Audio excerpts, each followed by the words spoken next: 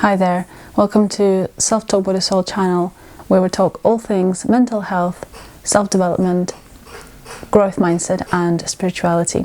I am not currently at home, so the setting is a little bit different, and that's why I'm talking in a slightly lower voice, but hopefully you can hear me pretty well.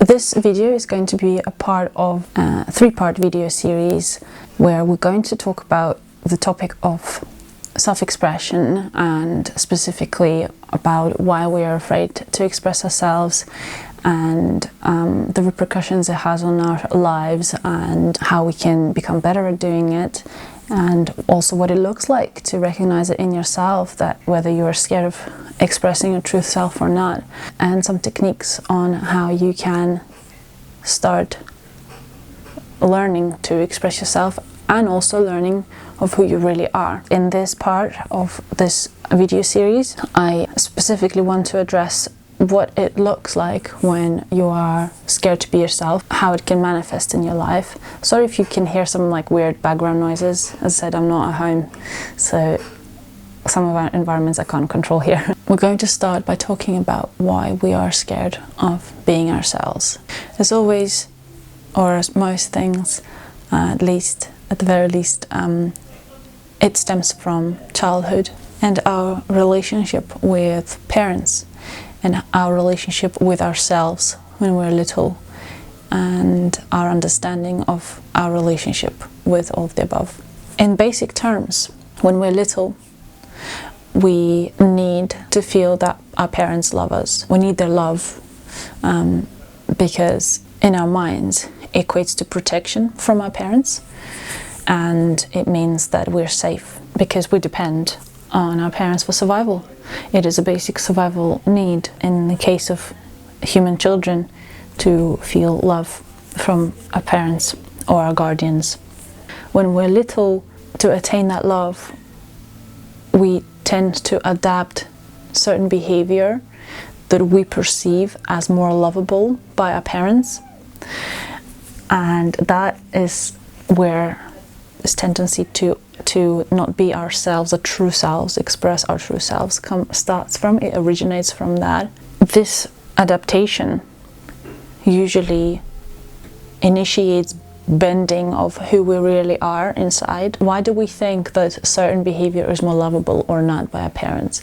We just observe it through micro changes in their voice, in their attention towards us. Because remember, as children, actually most adults as well, but as children especially, we think that attention equals love, when in fact it is not the case, which is why a lot of people have abandonment wound, because maybe their parent wasn't physically present with them, because maybe they had to work many hours in a week to support the family, but in their mind it just meant that the parent didn't love them, and hence they developed the abandonment wound, when in fact the parent was just not physically present there, even if their mind and their heart was fully with the child and they felt bad for leaving them, but there was just no other choice.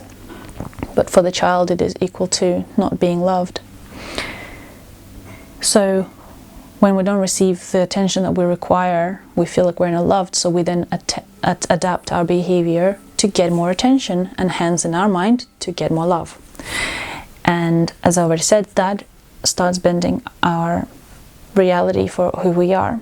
Sometimes it is even, in the worst case scenarios, being who we are sometimes is actually being punished, whether physical punishment or emotional, or just being told don't do that, don't stop crying, don't get angry, or it is rude to be angry.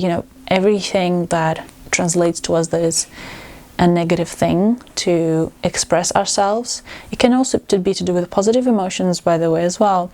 We might want to express love to our parent in some kind of outward way, and our parent, being not a perfect human, as everyone else. They might reject that at one point or another, because maybe they're not in the mood at that point, or maybe they struggle themselves with self-expression, and hence when somebody else expresses themselves, they find that alien, and they will tend to reject it. And hence we get the message that we shouldn't act like this, otherwise we will get rejected, and hence we will feel unsafe. As soon as we're adults and we're able to comprehend all of these things ourselves, we need to remind ourselves that our parents are not perfect.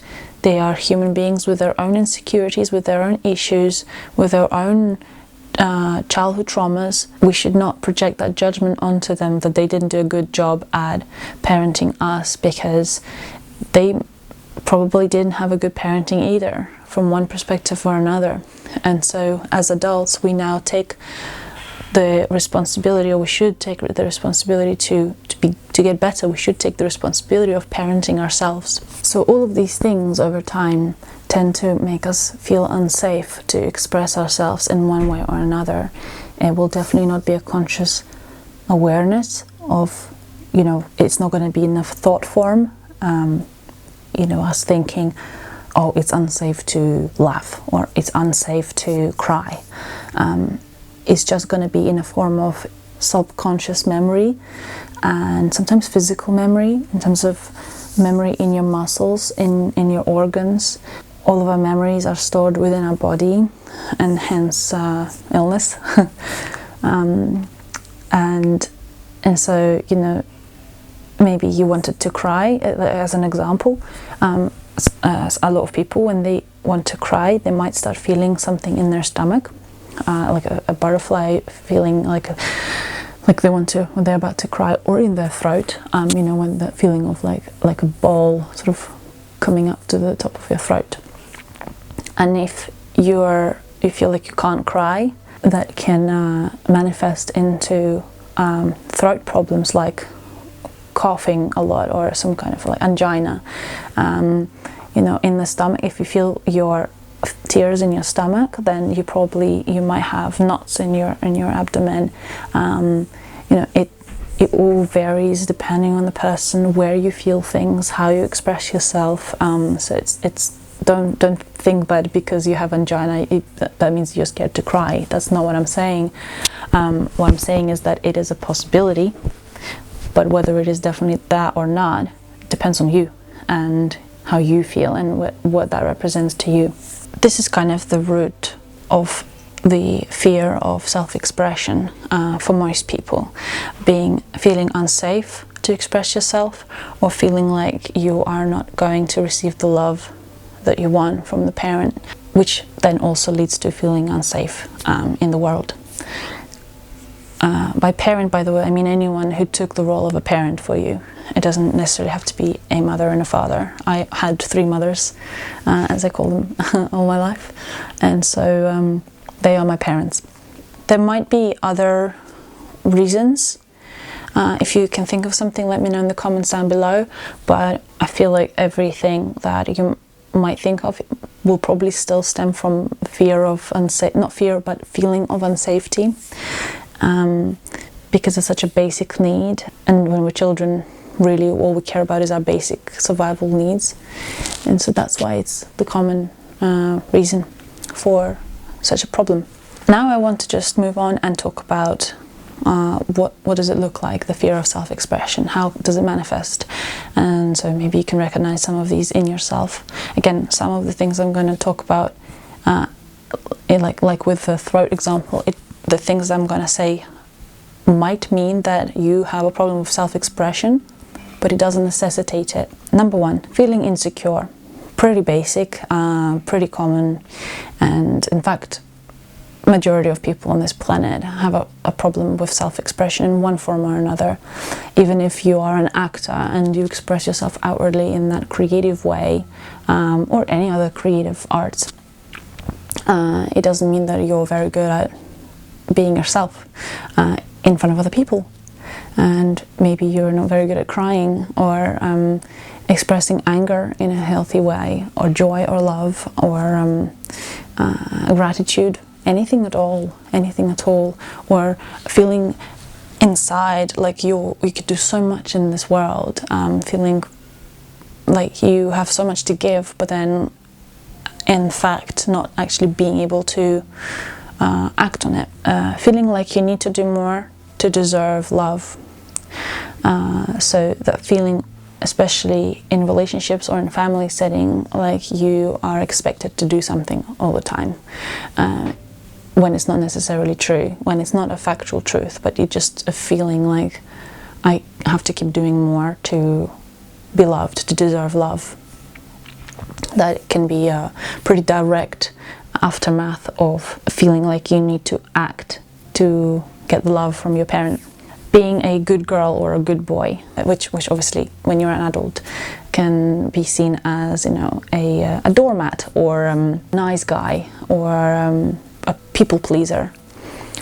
These are not positive traits. A lot of people think of them as, well, isn't it a good thing to be a nice person?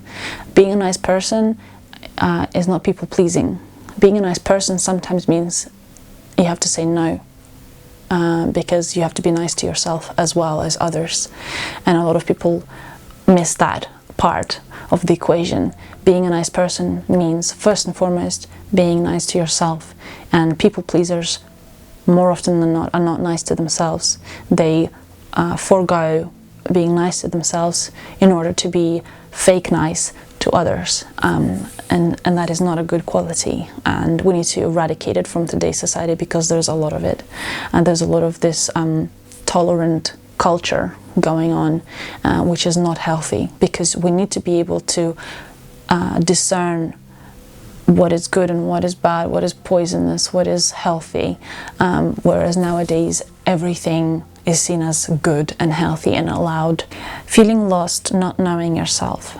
So in the process of acting out in order to deserve love as we perceive it, we might get to a point whereby we actually forget who we are, or not even forget, but never even discover who it is that we really are, because we're so focused on being someone else for others, someone other than who we are. It can manifest in the form of starting on too many random projects but not sticking to anything, because you feel like you have to do everything all at once. When you know who you really are, you have a certain clarity in your mind on where you're going, which direction you're taking, which path you're taking, and hence there isn't that feeling of oh, too many things to do, like I don't know what I'm doing. Let's say career, like you don't know which way to go. That's because you don't know who you are deeply. Another big sign, mental illness, depression, anxiety, bipolar, ADD especially, most mental health conditions, and the reason why is because there's an inner conflict of who I am, what do I want, and who I should be, what I should want, and what I shouldn't want. There's this constant inner conflict inside of the image of some sort that came from the outside and who you really are, which you might not even consciously be aware of, but your inner being is aware of this, and so there's constant clashing of, oh, I feel like I'm this, or like I feel something, but it clashes with the thing that I have to represent, or the thing that I'm supposed to be, and because of this constant inner conflict, depression develops, anxiety especially develops, ADD especially develops, bipolar, two opposing things, who I am and who I should be, or who I am and who I should be to be safe in this world. This is an image, and it's the ego. Remember, ego is not a bad thing. Ego protects us. It saves us in a lot of different ways, from a lot of different dangers. It's not a bad thing. It's just that the self needs to master the ego so that it helps it exist in this reality in the healthiest way possible. So we're not here against ego. We're just trying to heal it and work with it and accept it and give it space to be, but also not let it run our lives. So yes, there is this inner conflict of who I am really and what mask I'm wearing, kind of thing, for one reason or another. And another big manifestation is repressed aggression. When we are not who we are, that is us and others impeding on our own inner boundaries. And aggression is a tool that helps us protect our own boundaries. What are boundaries? Boundaries is simply, I am here, you are there. Boundaries is, I like chocolate ice cream, you like vanilla ice cream. Boundaries is, I am a photographer, you are an engineer. That's what boundaries are. I am this, you are that. And aggression is necessary when somebody impedes on our boundaries. When somebody says, you shouldn't want this, you should want that. Aggression is saying, no mom, or no dad, or no whoever, I want this, that's my right, and I will have it. Don't tell me what I should and shouldn't want. That is healthy aggression. Most people don't know how to do it. We need it in this lifetime, and most people have repressed it. How does repressed aggression manifest in the physical reality? Muscle tension, especially here, arms, because you're meant to be ready to fight. Arms, shoulders, trapezium, neck, jawline. So this zone is where adrenaline goes up into when we're preparing for a fight. And so if the adrenaline is coming up because the body feels like somebody's impeding on our boundaries in one way or another, and we're not releasing that anger in one way or another, it can just be a word, it doesn't have to be a punch, it can be just a word, no. If we're not doing that, instead of coming out of the body, this energy of aggression, it gets stuck. And until you let it out in one way or another, it's going to live there.